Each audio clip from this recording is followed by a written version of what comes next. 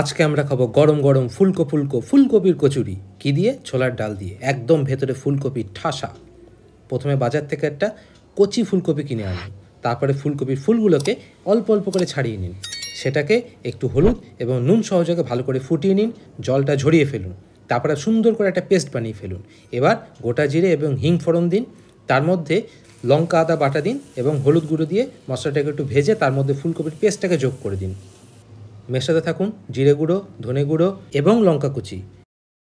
এরপরে দিন নুন, অল্প একটু চিনি এবং ধনেপাতা কুচি। কড়াই থেকে ছাড়ানো অবধি মেশাতে থাকুন। কড়াই থেকে ছেড়ে আসছে, এবার দিন গরম মশলা, ভালো করে মিশিয়ে নিন, পুর আপনার তৈরি। তারপরে একটু নুন, অল্প একটু চিনি আর সাদা তেল দিয়ে ময়দাটাকে সুন্দর করে মেখে ফেলুন, নরম করে মাখবেন।